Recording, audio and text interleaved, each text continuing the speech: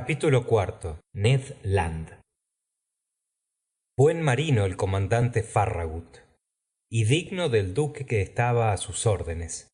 Era el alma de aquel conjunto, la fragata y él, que formaban un solo todo. Sobre la cuestión del cetáceo no abrigaba dudas su entendimiento, y no consentía que se discutiese a bordo la existencia del animal.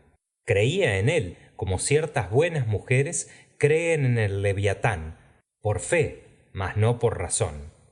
El monstruo existía y libertaría de él a los mares, lo había jurado. Era una especie de caballero de Rodas, un diosdado de Gozón, yendo al encuentro de la serpiente que desolaba su isla.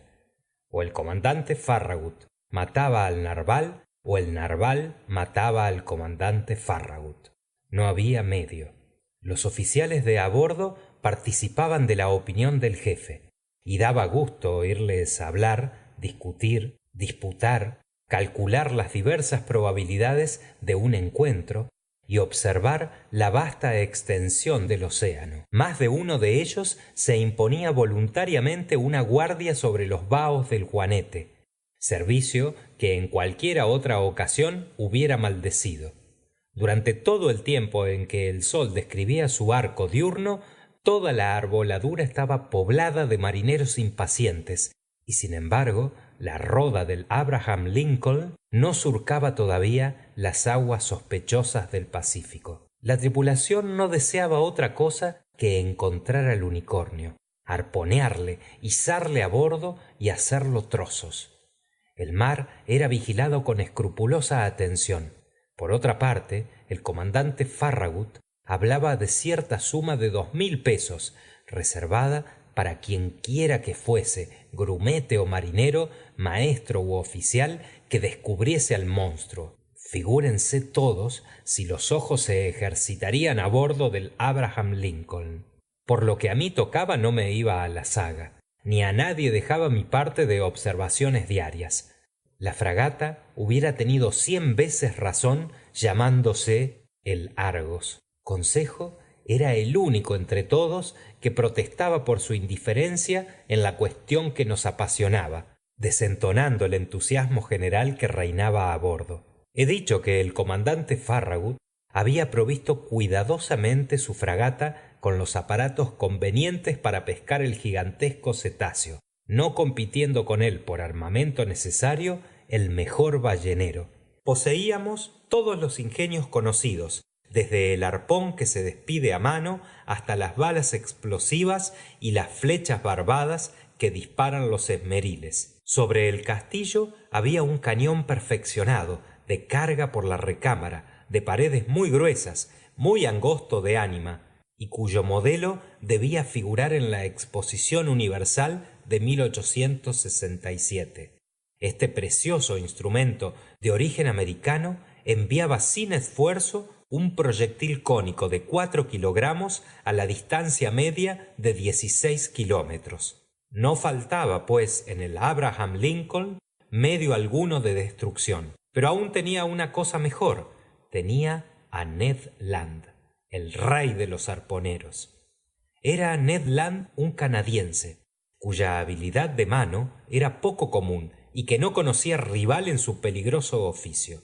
Destreza y sangre fría, audacia y sagacidad, cualidades eran que poseía en grado superior, y bien necesitaba ser una ballena muy ladina o un cachalote singularmente astuto para librarse de su arponazo.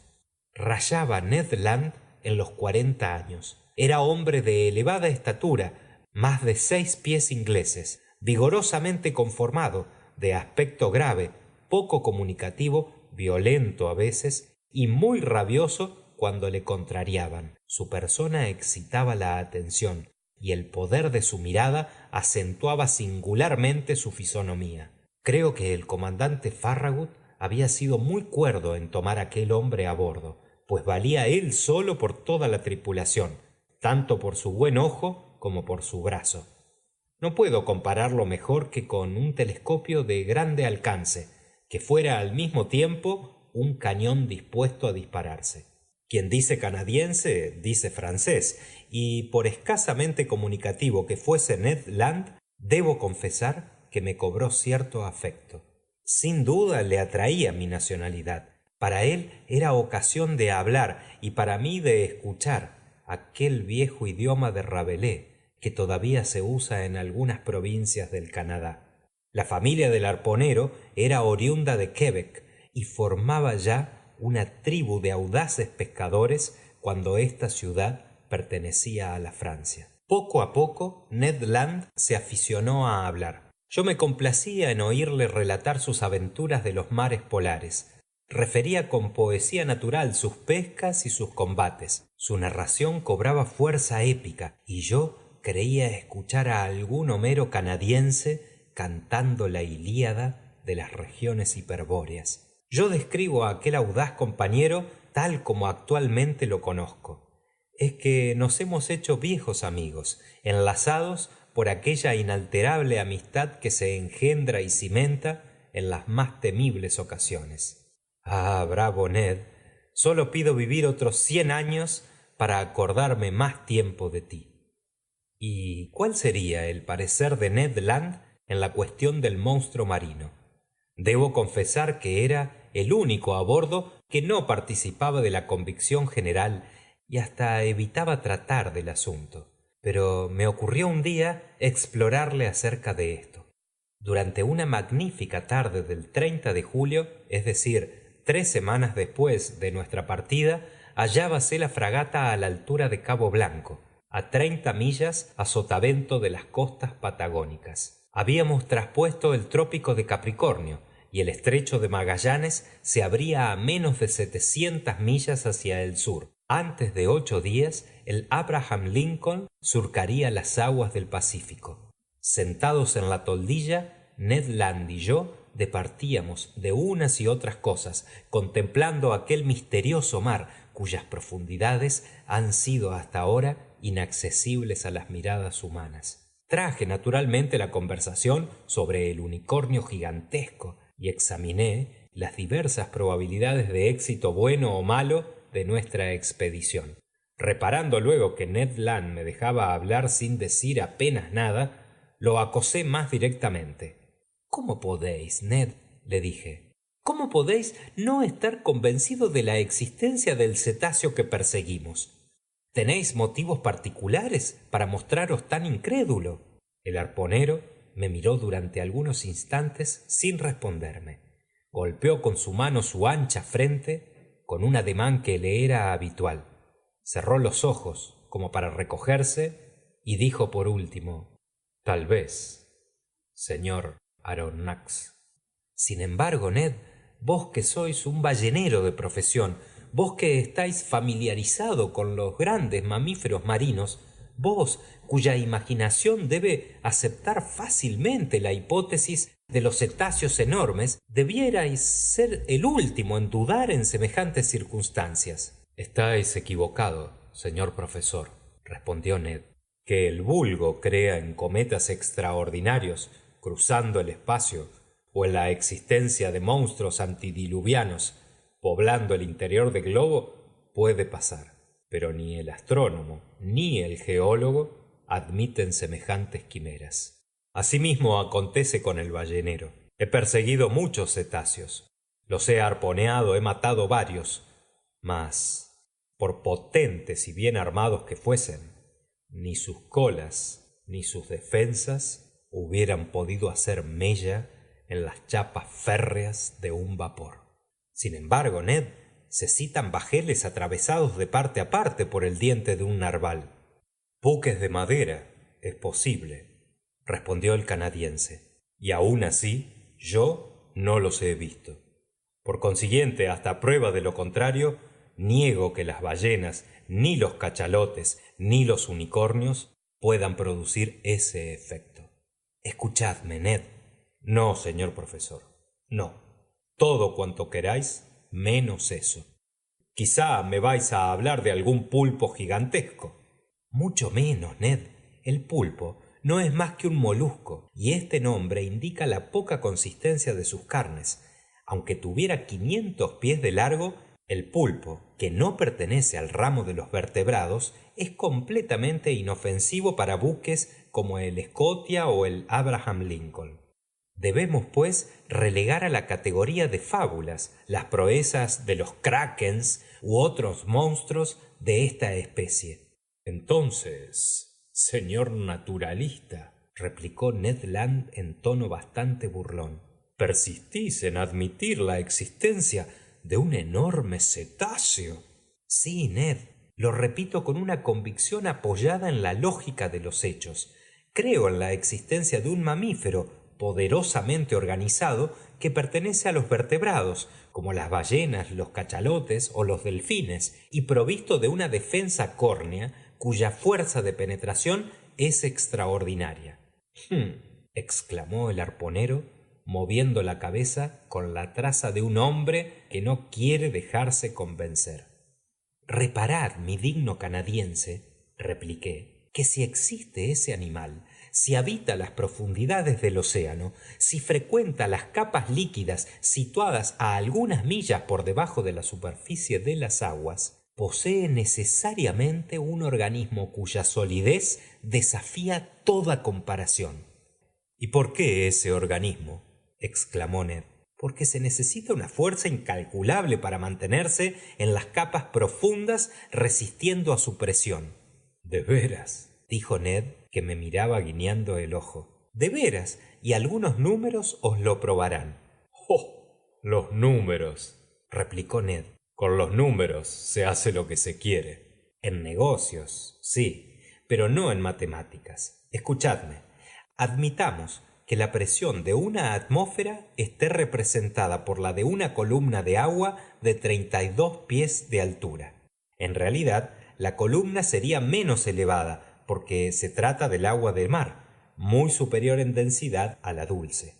Pues bien, Ned, nuestro cuerpo sufre una presión tantas veces igual a la de la atmósfera, o sea, de kilogramos por cada centímetro cuadrado de superficie, cuantas veces 32 pies os sumergís. Síguese de aquí que a 320 pies esta presión es 10 atmósferas, a 3200 pies de 100 atmósferas y de 1000 atmósferas a 32.000 pies, sean unas 2 leguas y media. Esto equivale a decir que si pudierais llegar a esta profundidad, cada centímetro cuadrado de la superficie de nuestro cuerpo sufriría una presión de 1000 kilogramos. Ahora bien, mi bravo Ned, ¿sabéis cuántos centímetros cuadrados tenéis de superficie? Lo ignoro, señor Aronnax. Unos 17.000. Tantos son.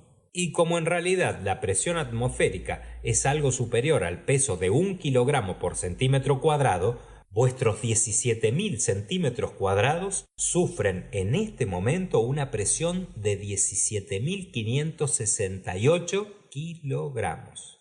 Sin que yo lo advierta, sin que lo notéis. Y si no os aplasta semejante presión, es porque el aire penetra en el interior de vuestro cuerpo con igual empuje. De aquí un equilibrio perfecto entre la presión interior y la exterior, que se neutralizan, lo cual os permite aguantarle sin ningún esfuerzo, pero en el agua es otra cosa.